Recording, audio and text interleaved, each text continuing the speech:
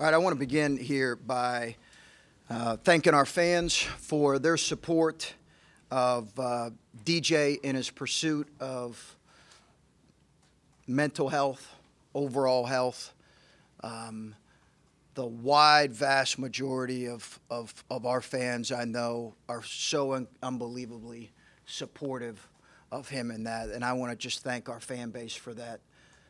For the rare few that tweeted at me, this is somehow a reflection on our program, reflection on me personally, guilty. So be it. You can take your antiquated thinking somewhere else. There is nothing more important in our program than our players' physical, mental health, and overall growth. Nothing. And that will always be the case. There's not a game. There's nothing. And if it's somehow a reflection, I think we all know that's wrong. I really appreciate the overall kind of overwhelming support for a young man in his pursuit of this, and I know he does too. Our staff here, our medical staff, this university is comprehensive in its care of our players, physical and mental. Comprehensive. I've never seen anything like it. I think we're on the cutting edge in a lot of ways in terms of our staffing, our willingness to deal with our players' issues. And it's a day and age where we see this more and more, particularly in this age group and particularly with student athletes. As far as the game today, got great respect for the team we played, how hard they play, how well they're coached. And it was a great win for our guys. Players win games. I thought we had great leadership, in particular between Caleb and C.J. Walker on both ends. Great win for our group. Questions? What did it take for your team to mentally handle what it goes through when DJ leaves on Thursday and you got to play a game here on Saturday? What did it take for your team to mentally handle those challenges in the last 48 hours and find a way to win? You know, I think, Adam, if it was more sudden in the sense of it was sudden, but I think if players are, it's a pretty intimate, team's a pretty intimate setting, right? So in most cases what guys are going through. And DJ's been very vulnerable with his teammates and sharing his concerns for a while now, or sharing the things he's working through for a while now. So I don't know, while his departure was sudden, I don't know that it came as a great surprise. He shared with the team on Thursday, thought he was very honest with them. They embraced him both literally and figuratively, and we did as a group, and we moved on to practice on Thursday. I know this is obviously an indefinite situation. What are your plans as far as communication and I guess going forward, how do you approach this with him and make sure that he's getting what he needs and that you guys have a line of communication going? It's uncharted territory, so I'll keep some of those. I'll be led and guided by our medical staff on that and by Gene Smith. Fortunately, I've got an AD that he was my first call, and he's as understanding, and I know DJ and his family appreciate that too. He is so willing. How can we help this young man? That was Gene Smith's first response. How can we help this young man? And that's been his case all year. Kind of to shift things to today's game, you guys played a pretty quality game offensively. Only 10 turnovers. I think the first time you guys played them, I think you guys had 16 turnovers. What did you see just on first look from your team today? Yeah, a little better paint decisions overall. I thought we just had a little better paint decisions. We struggled early with some post-feed turnovers. That's been a bugaboo for us throughout the year. But just some better overall paint decisions, which created a high assist number. So is it just when it comes to post-entry stuff, because that's a problem in basketball now? Yeah. How do you... Yeah. Work on it every day. You're exactly right. It's hard. Kids don't do it anymore. It's very rare that guys are throwing to the post. What are they doing? Dribble, creating now, playing off ball screens. So we just got to work on it every day. It's literally something you got to work on every day. Your opening statement noted that it's been overwhelmingly supportive, yet I would assume you wouldn't have addressed the other side of that if it wasn't more significant than one or two random knuckleheads? I just think, listen, criticize our program, me, for whatever X and O you want to. You're entitled to that. I think this is idiotic thinking. It's my opinion. I think, or listen, if that's your thinking, that's fine. We're guilty of it. We're going to support this kid. We believe that's the best thing to do. Makes me angry. DJ alluded in his statement that it's been something he's battled going back through high school. What I'm getting at is people would be surprised to hear that a elite athlete, you have an opportunity to speak to the commonality of this among high achievers. Yeah. It might be a message you want to. Oh, I think it's. I mean, he's a freshman. He's playing. Like, if Right. this were a kid at the end of the bench that wasn't playing, I think people would be like, yeah. Sure, and I think the fact that he had played so well in recent stretches perhaps made people wonder, why now? Listen, he's a 19-year-old young man going through all the things that come with being a highly recruited young man and expectations, and also the normal struggles that you and I have who are not in our players' position. The day-to-day struggles that we go through are real, all right? These things are real. And listen, I've seen it. I think what has helped me in some ways, maybe in terms of being more compassionate, is, and I don't want to get into specifics here, but I've seen it firsthand with a close friend and someone I work with. I've seen it. It's real, and I think it's helped inform some of my decisions when it comes to our players. Ask you about basketball again. Justin last year when you put him in had that game against Iowa, and I think when that happened, everyone just got excited about it and said, all right, here we go. This is going to happen all the time. Obviously, Yeah. It wasn't realistic. Right. What you've gotten from him the last two games seems like it is more repeatable. Yeah. He's doing more things off the ball. Obviously, Yeah. he's shooting it well. Just what have you seen from him the last two games? And do you agree with that assessment that he is maybe starting to look like a guy who can give you a good 14, 15 minutes off the bench like he has? I do. He's in the last 4 weeks, Bill, healthy. All right, he really is getting healthier, and that's been so key. He's not felt healthy really through December. We saw it in practice. He's added weight. He's getting healthier. He's playing. He's practicing better. He's been on the scout team the last 3 weeks and been able to come in and still play 15 minutes a game and understand how we're doing things. I do think that there can be the biggest thing for him is, I've said this, his attention to detail defensively, which he struggled with as a freshman. He's not going to go out there and be a better athlete than most of the people he plays against position-wise. So he's going to have great attention to detail. He's going to have to really compete and fight. He's done that, and he's a terrific shooter. I mean, he really is. And I think his cutting has helped us too. And we've talked with you a lot about finding ways to get the ball inside of defense without just throwing it to Caleb. Yeah. It seems like the last maybe 3 or 4 games, you have had a lot of guys more intentional about that, better about that, whatever the results of it might be, but you're getting the ball there with more guys. It seems like, I don't know if you agree with that or not, or it just.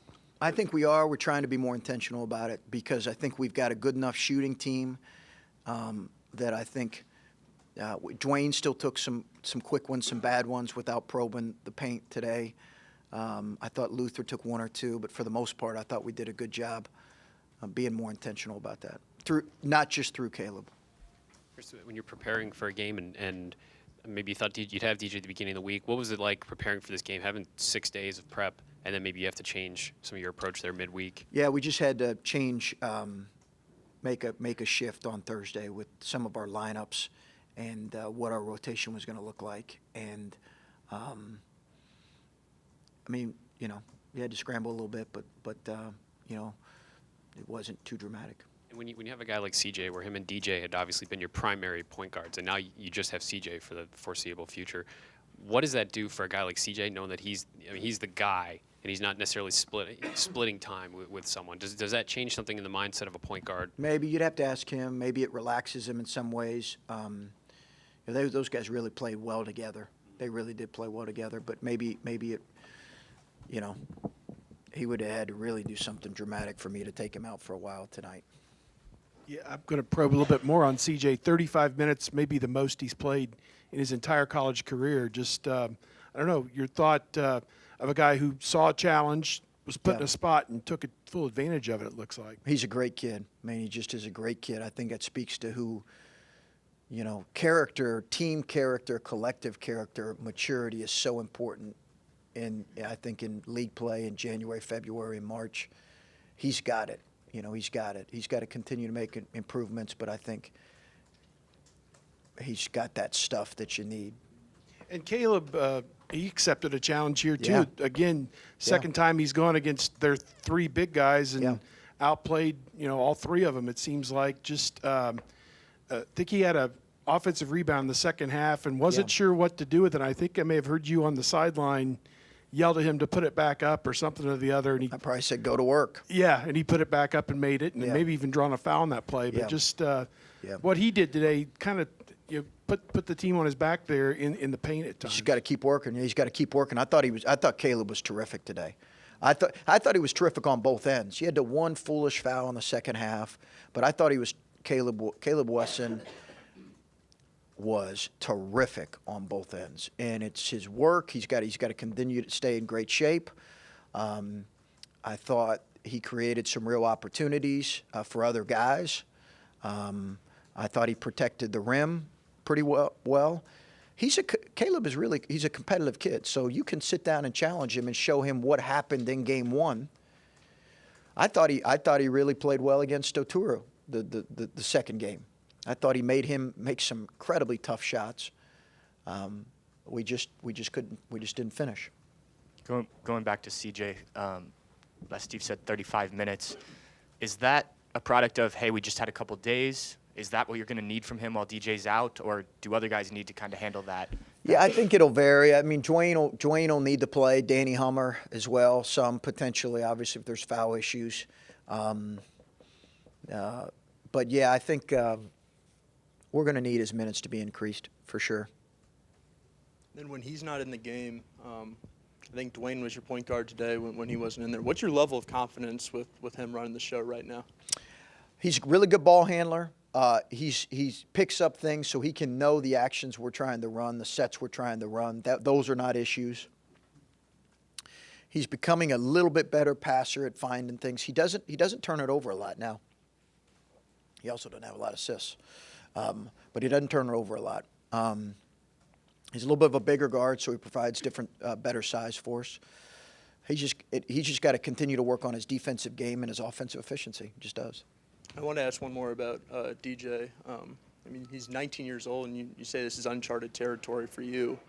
I'm assuming, like, in the past, you might have had other players going through some sort of struggles, and they didn't make this decision. What does that tell you about someone at his age that they're willing to make this decision? I think it's brave on his part, and it's what needed to happen. There's nothing more important. So I thought it was a brave move on his part and fully supported by us. And I'm sure there'll be others in the future. When we talked to you earlier this week, you stressed how good this team was, Indiana, at rebounding and their physicality. Yeah. One offensive rebound in the first 33 minutes. What does that say to you? Thought we were good on that end. I thought we were good on the glass. I thought we competed there. That was a major emphasis for us coming in because their free throw rate's really high in the league, and their free throw or their rebounding. So it was a point of emphasis. Guys did a great job. Chris, how big a lift could this be for you, being a man down now 2 in a row? Yeah. Clay, I don't think you ever make too much of one game or 2 games or a stretch. And listen, I say that in winning stretches. I say that in losing stretches. So don't think I'm just saying it. I just think it's reality. This league is brutal. I'm sure there'll be some upsets, quote unquote upsets. Ranked team loses on the road, and shocking upset. Give me a break. So it's life in this league. We just got to keep getting better. Chris, your offense today seemed to shoot with a little more confidence. Your guys, but you had mentioned that a couple guys pulled the trigger a little early. Are you more apt to be okay with that when you know that these guys are shooting confidently in a game? Because there for a while, you guys weren't shooting very confidently for a Yeah. long stretch. Yeah, I think it's the right guy shooting it. I want Justin shooting it early. You know, demonstrated performance is what affects your confidence one way or the other. So guys just got to get in the gym. They got to earn it. And, yeah, I liked how they were shooting it. Then you guys gave up 90 on the road at Penn State. And now in 3 straight games, even though loss, there was 62, 59, and then 59 again today. Yeah. What have you seen from your defense that's starting to improve and turn a corner? Yeah, I don't look at points as much as I do efficiency, and we're okay. We're not where we need to be yet. This will probably shock all of people who really watch us. They think they've got it figured out. Offensively, our numbers are very good. Offensive efficiency. Defensively is where we have to take some steps forwards. Not enough. You have alluded to this conference and how difficult it is. You're going on the road for 2 in a row. Yeah. The last time you went on the road for 2 in a row, Maryland and Indiana didn't Yeah. go well. Your thoughts? I mean, 2 games from 500, it could be a very productive week, but it's also a big challenge. I'm thinking about tomorrow, Bruce. So I know we got 2 games, and we have to play better on the road. I did think we played better at Northwestern on the road. Now you can say it's Northwestern. Look at Northwestern scores. They played competitive in a lot of games. It's just about we got to continue to play a little tougher, not a little tougher, a lot tougher, harder, and got to be a little smarter in some areas. I think I'm not even sure. I know what our next one is. I'm not sure. I think I know our one after that. They're 2 really good teams, so we're going to have to play really well. Coach, when Commissioner Warren visited Indiana, it was earlier this week or last weekend, he talked a lot about mental health and wellness and stuff like that. I mean, what are these conversations between coaches, administrators, the league administrators and stuff like that in terms of putting players in the right situation? Well, listen, I've got definitely what I think is the most supportive, knowledgeable, experienced, and best AD in the country. So he the guy that I lean on to get my advice when it comes to this is very keyed into this in Gene Smith. And he's really put things in place here to make sure our guys are aware that they have the support that they need. And I know that also comes from our league office. I've not had direct conversations, but I know that comes from them. And just in terms of what you've seen maybe in past years as opposed to few years ago, 5-10 years ago, I mean, in terms of trying to eliminate that stigma around athletes, especially high-profile athletes, what are the conversations you have with your team and making sure that they're comfortable stepping up when they need the help? We talk about it. I mean, I see a therapist. We talk about it. Like, part of the reason I see a therapist is because some of you in this room, but I see a therapist. We talk about it. It's real life stuff. It's real life stuff, and I think that's the only way to eliminate any type of stigma. That's it. It's real life stuff, and we're about the real life stuff with our players. You had 19 assists on 26 baskets today. The ball, Indiana was just looking like they were moving like crazy just to catch up. Has the big difference been with Caleb not maybe being the focal point and giving him more time to create in other ways? Yeah, we've always talked about balance, needing balance. You know, I said that last year about this time. You know, the 5 men are too good in this league. The defenses are too good. The length and size is too good to just think you can play smash mouth for 40 minutes. It's just, do we all know that by now? I think we do. So we need some more diversity. I think we had that, and that was good to see. And that includes Caleb's diversity. Sometimes there's no perfect way to ask a question, so I'll say that up front. I know expectation is the wrong word, and I know your answer to when will DJ be back is when DJ's ready to come back. But is there anything you can say in between those two kind of concepts for people to frame a realistic? I mean, is this unlikely to see him again this year? Is there anything you can say to a time frame? Not really. Without putting pressure on it. I can't comment on it because I think it's too early in the process. I can't, I wouldn't feel comfortable commenting on that. Yeah, here's one more. With what you said in your opening and some of the other things you said today, this feels like to me like maybe the most emphatic and sort of out there you've been kind of protecting your guys, I guess, or protecting your program. And it's not to say that you haven't always felt that way, because I think it's clear that you do. I'm just wondering, maybe I think I guess it's obvious why you feel that way now, but in the world we live in, people tend to take one thing and run with it and have a million different other theories. And I'm sure there are assumptions out there that you have a fractured program or something like that. They just feel the need to come out and set the record straight on that. Is that what part of it is? I think it's that as much as just to, one, thank our fans that have been genuinely, and those that support us have been genuinely understanding, and then just I think to, you know, I can't be more emphatic about that thinking and how damaging that can be, and